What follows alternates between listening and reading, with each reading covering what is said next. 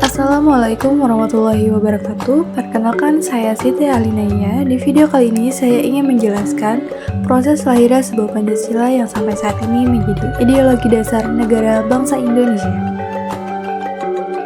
Pancasila dijadikannya sebuah asas tunggal negara dan menjadi pandangan hidup berbangsa Indonesia. Maka dengan itu Indonesia dinyatakan sebagai negara hukum dengan tujuan mewujudkan keadilan, kemerdekaan, kesejahteraan bagi seluruh rakyat Indonesia.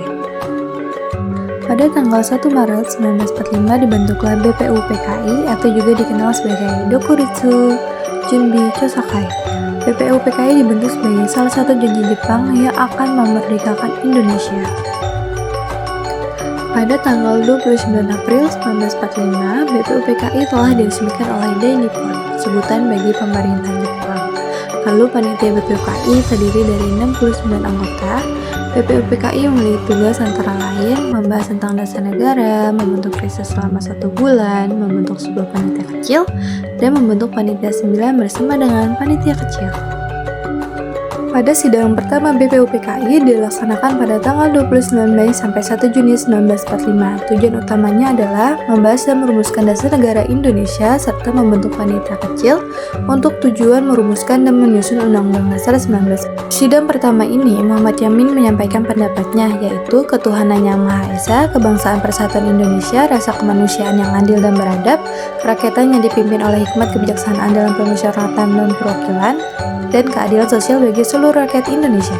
Pada sidang pertama di tanggal 31 Mei 1945, Supomo juga menyampaikan pendapatnya mengenai dasar negara Indonesia, yaitu persatuan, kekeluargaan, keseimbangan lahir dan batin, musyawarah, dan keadilan rakyat. Sehingga pada tanggal 1 Juni 1945, Soekarno menyampaikan bahwa dasar negara yang dimaksud adalah filosofis Grundzweig atau berdasarkan filsafat, fundament, dan pikiran sedalam-dalamnya untuk mewujudkan Indonesia yang merdeka. Selain merumuskan dasar negara, pada sidang pertama, BPUPKI juga membentuk sebuah panitia 8 yang bertugas untuk menampung dan mengidentifikasi rumusan dasar negara.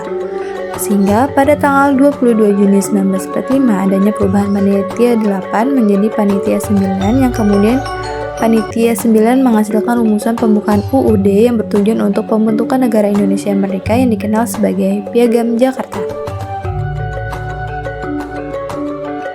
Sidang kedua BPUPKI dilaksanakan pada tanggal 10 sampai 16 Juli 1945 untuk membahas rancangan Undang-Undang Dasar, rancangan bentuk negara, wilayah dan kewarganegaraan, dan susunan pemerintahan unitarisme dan federalisme. Sidang di tanggal 10, panitia BPUPKI menyepakati bahwa bentuk negara Indonesia adalah republik. Dan pada tanggal 11 Juli 1945, panitia BPUPKI menyepakati bahwa kewilayahan Indonesia merupakan wilayah Hindia Belanda, Malaya, Borneo Utara, Papua, Timor Portugis, dan wilayah pulau-pulau sekitarnya. Pada akhirnya, sidang kedua panitia BPUPKI menyepakati rancangan undang-undang yang dibuat oleh panitia perancang undang-undang. Pada tanggal 7 Agustus 1945, BPUPKI dianggap bubar dan digantikan oleh PPKI atau juga disebut sebagai Dokuritsu Junbi Inkai dalam bahasa Jepang di Gedung Dewan Hindia. Terdiri dari 21 orang yang mewakili dari berbagai pulau di Indonesia yang diketuai oleh Soekarno dan wakilnya Muhammad Hatta, dan terdapat 6 anggota tambahan lainnya. Setelah PPKI dibentuk, Indonesia menyatakan kemerdekaannya pada tanggal 17 Agustus 1945. Lalu di tanggal 18 Agustus, PPKI mengadakan sidang dengan tujuan mengesahkan Undang-Undang Dasar 1945, Undang-Undang Dasar 1945 dan peralihannya, serta Pancasila sebagai dasar negara Indonesia. Saat ini pula Soekarno dijadikannya sebagai presiden pertama dan Muhammad Hatta sebagai wakil presidennya. Di tanggal 22 Agustus 1945, PPKI secara resmi dibubarkan oleh Komite Nasional Indonesia yang bertugas untuk membantu presiden.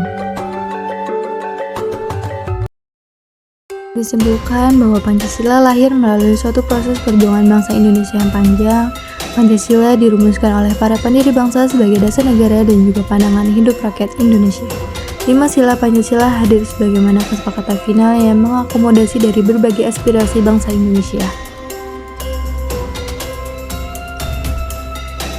Sekian penjelasan dari saya ucapkan terima kasih. Wassalamualaikum warahmatullahi wabarakatuh.